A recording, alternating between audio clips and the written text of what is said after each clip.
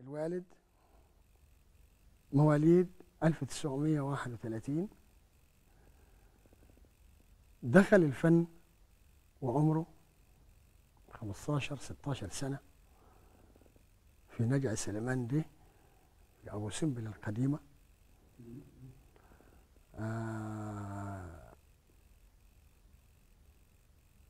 كانوا بيغنوا أغاني مفتوحة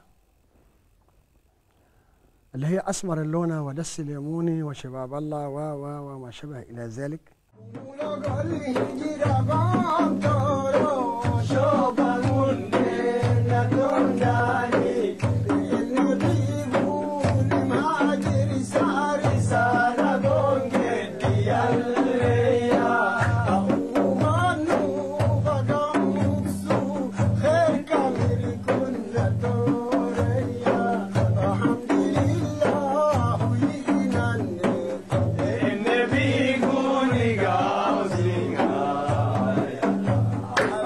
بيننا وبين الأستاذ الفنان الله يرحمه سيد جاير تقريبا جيلين، هو مواليد 31 واحنا مواليد الخمسينات.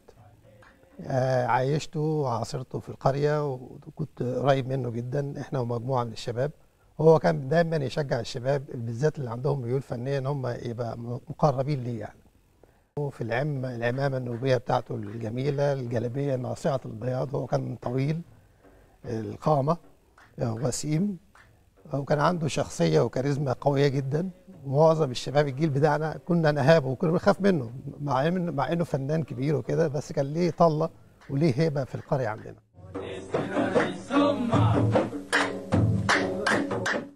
في سنة 52 أول أغنية في حياته اللي عملها من يعني بمجهوده، توبة يا أنا ويدا توبوسه ويدا توبوسه دول جدلتوني، ده في سنة 52. وفي سنة تقريبا 63 أو 62 عمل أغنية ألم الفراق. كل ده قبل التهجير.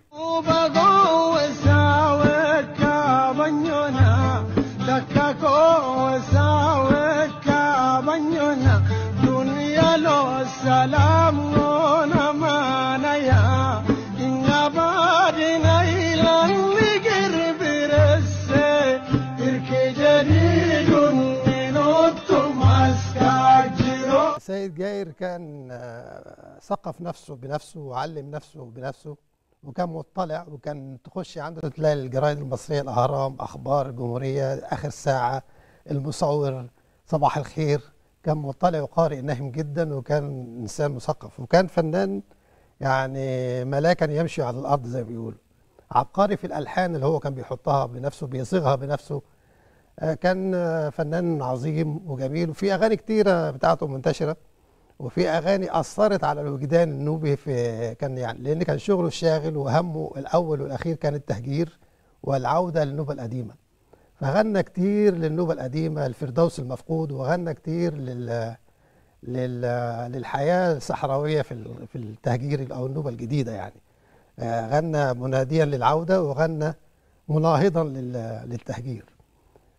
كان فنان عبقري فعلا في ألحانه، في حتى لما دخل أرتام السبعية كنا نستغرب هو جاب الأرتام السبعية دي منين يعني، ولا درس مزيكا ولا دخل معهد موسيقى، لكن كان عبقري فعلا في ألحانه، في صياغة الكلمات اللي كان بيحط الكلمات بنفسه النوبية. عرف عنه تأثره الشديد بتهجير أهل النوبة، وأبدع أغنيته حنينة التي لا زالت تعيش إلى اليوم وتؤثر في الجيل الذي تم تهجيره قديما. تأثر بالهجرة وبالمكان الحديث أو المكان الجديد.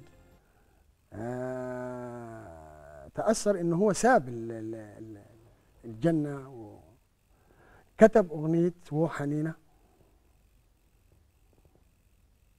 اللي لغاية النهاردة في ناس لما بتسمعها بتعيط، وهو ذاته كان بيغنيها لغاية ما توفاه الله.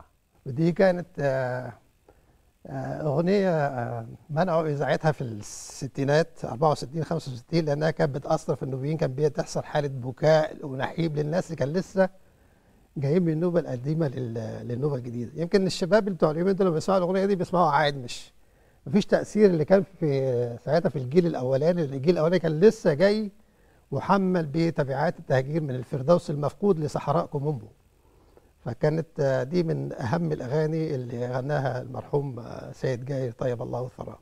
وحنينا اركنوا بيو وحنينا وحنينا اركنوا بيو وحنينا إنما يايلان دوشكرا إنما يايلان دوشكرا ورلاكن تنيا توجسوني نجيت ما يسسكوني وحنينا اركنوا بيو وحنينا وحنينا اركنوا بيو وحنينا اركن جوفا لاركن كيرج اركو سلام اركن جوفا لاركن كيرج اركو سلام يا فانتلا قدين تنور الدنا جوكا نايغا كوكوك سلام جيا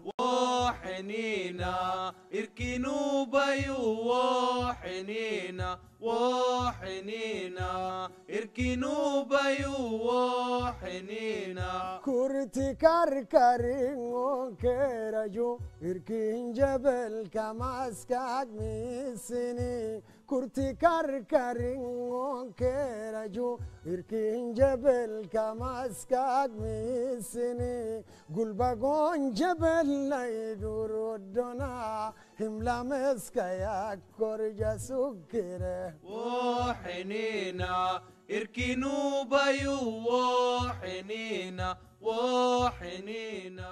اشتركت مع المرحوم في بعض الحفلات وفي بعض الجلسات الفنية، بس أنا كنت بغني بألوان بلون يعني بلون آخر، مش بلون سيد جاير، بألوان أخرى من الغناء.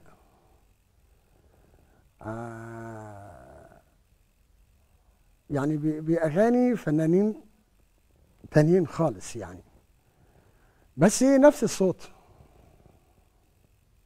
الصوت وتقريبا نفس النبرات.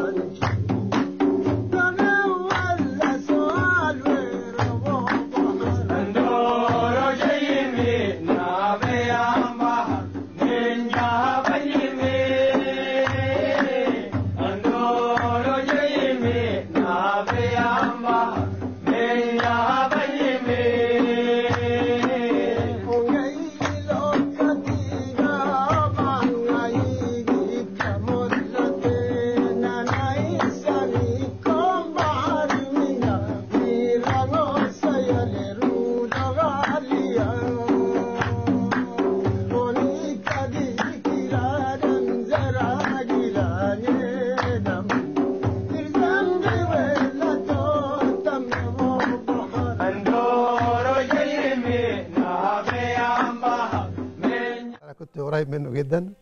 وكان كان انا ومجموعه من الاصدقاء شباب من الجيل بتاعنا، لما كان بيبقى فيه حاجه جديده كان بيسمعها لنا. احيانا كنا بنلتقي في منطقه كده عند السوق القديم في القريه هناك، كان ممكن يعني يعزف الارتام على علبه كبريت ويدندن عليها ويسمع الاغاني الجديده. فكتير من الاغاني، كتير عنده اغاني كتير احنا متيمين بيها لحد وقتنا هذا يعني. هو سافر شويه في السعوديه ويعمل يعني، وسافر في الكويت، وهناك برضه كتب اغنيات عن الغربه، يعني في كل حاجه كتب عنها وغناها. يعني لما راح الكويت غنى اغنيه عن الغربه، وسافر دبي في حفلات كتير، وفي الامارات وفي السعوديه، والناس لسه عايشه في الحانه واغانيه. وهو كان سجل اغاني كتير، احنا سجلنا هنا مره في استوديو 12 بتوصيه من الشيخ سيد مكاوي، سجلنا 4 5 اغاني هنا في الاذاعه في المبنى في ماسبيرو. ففي شرايط كتير منتشره ليه هو شخصيا. واحمد وريثه في الغناء لما جه غنى بعد كده برضه ساعد على ان الاغاني تفضل حيه لحد النهارده. فهو فنان عبقري ومش هيجي زيه بصراحه يعني. أيلاقي السجري أبياسا أيلاقي تبري شورتنها أيلاقي السجري أبياسا أيلاقي تبري شورتنها Mina mesuga isakonu mina ngoshinga abayasa Ailagi sigire abayasa Ailanga tibire shortang Ailagi sigire abayasa Ailanga tibire shortang Mina mesuga isakonu mina ngoshuga Gamsinna odesi ailanguroni iksingailin tulennecha ya himlecha abalakini aiga salam sinna odesi ailanguroni iksingailin tulennecha ya himlecha abalakini ukirona onirjera yokka dulgita kaya fodoka fanguruna tara Bayasa aksuk jillosa Shortanga mina mesuga isakonu mina ngoshinga abayasa Ailagi sigire abayasa Ailana tibire shortang Ailagi sigire abayasa. علاقة سيد مكاوي كانت علاقة فنية، علاقة أخوية، كانت علاقة وطيدة جدا.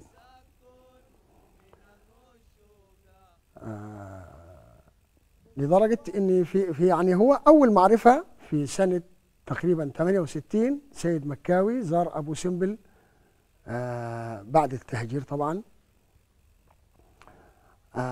جه قعدة في عندنا في أبو سمبل في ميدان. ساعتها سيد جاير كان بيعمل أغنية حديثة لسه، يعني يا دوبك شغال في أغنية قدمها في الوقت ده. كان بيغني في حتة والدي الله يرحمه حاطط لحن زي ما تقولي صوت أنين الساقية في نغمة. ازاي؟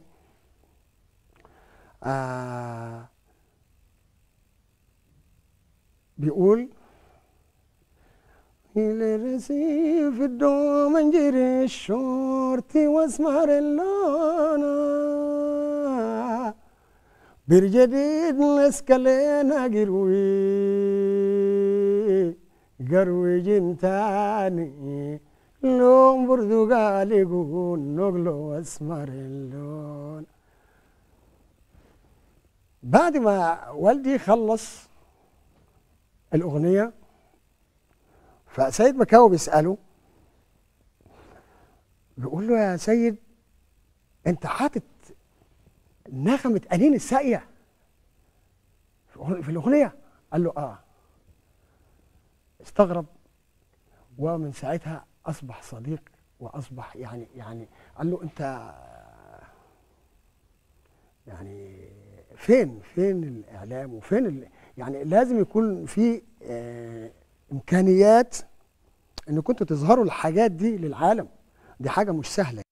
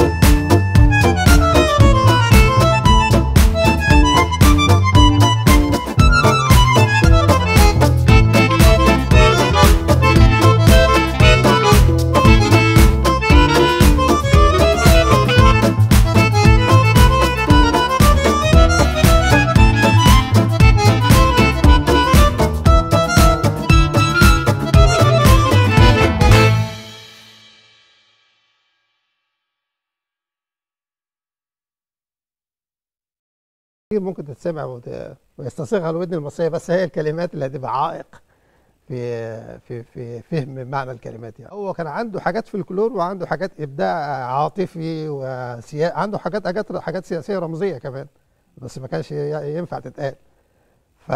وعنده الفلكلور اللي هو الاغاني الشعبي. كان صديقه الشخصي كان استاذ الفنون الشعبيه زكريا الحجاوي، كان صديق شخصي ليه برضه ايام ما كانت ابو سمبل قريتنا واخده كاس الجمهوريه للفنون الشعبيه ل3 سنوات متتاليه، 73 72 73، والسنه الثالثه خدناها بالمشاركه مع فرقه السويس للفنون الشعبيه. ففي الفنون الشعبيه اتعرف على الاستاذ زكريا الحجاوي. ففي الجانب الفلكلور كمان هو عمل اعمال كتيره، وعمل تابلو كان هو الرئيسي فيه، تابلو المعبد. هو كان بيمثل رمسيس الثاني لما قام من معبده وبيغني وبينادي على نفرتاري جميلة الجميلات، فبرضه عمل الدور ده كمان كفلكلور. يعني هو كان فنان شامل يعني. وغنى حاجات للحياة وللسلام، وغنى للغربة، وغنى للمعبد، وغنى لرمسيس الثاني، وغنى للنوبة القديمة، وغنى ظريف جدا. كنا في بيت أحمد فؤاد نجم. أحمد فؤاد نجم أيام الزلزال كان ساكن في حتة اسمها مساكن الإيواء في المقطم، فكان صديق شخصي لسيد جاري. كنا معزومين في عيد ميلاد يا نواره نجم يا اختها الصغيره، مش فاكر مين بالظبط. المهم طلعنا الدور الاخير، ومن الدور الاخير في سلم حديد تطلع على طاقه كده على السطوح من غير سور. احمد فؤاد نجم انا عامل تكعيبه كبيره من الخشب مسميها مجلس قياده السطوح. فقعدنا. احمد فؤاد نجم ما كانش بيحب يقعد على الكرسي، لان الكرسي ده كان يديله احساس بالسلطه وان هو التحكم في الناس. كان بيقعد على الارض وهو لابس الجلابيه، واحنا كنا قاعدين على كنبه كده، وسيد جاير قاعد، فقال له سمعني يا عم سيد حاجه، فابتدى يغني سيد جاير. فالمدهش اللي انا شفت احمد فؤاد نجم ابتدى وهو قاعد على الارض يجي يقرب، مش عايز اقول بيزحف يعني، يجي يقرب يقعد تحت رجل سيد جاير. فكان موقف غريب، ويقعد يقول له قول يا عم سيد، سمعني يا عم سيد. هو مش فاهم الكلمات، لكن اللحن والصوت عامل لاحمد فؤاد نجم الشعر الكبير ده حاجه. فاحنا كنا مندهشين. فانا سالته احمد فؤاد نجم رحمه الله عليه، يعني انت حضرتك مش فاهم الكلمات؟ بيقول لي الراجل ده لما بيغني اشعر ان رمسيس الثاني قام من معبده في ابو سمبل هناك واقف يغني. الراجل ده عظيم. آخر أعمال الفنان سيد جاير كان اتجه اتجاهات في الألحان، في الألحان السباعي. الشرقي. زي ما ذكرت من شوية،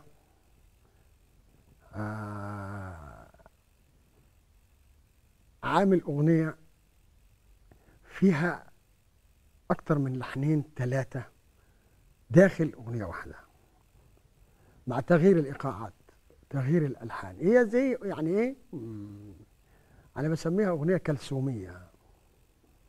لما جه غنى لمصر برضو، الحقيقة المرة، مش من السهل انك انت تبقى مصري يعني، ما بمعناه يعني.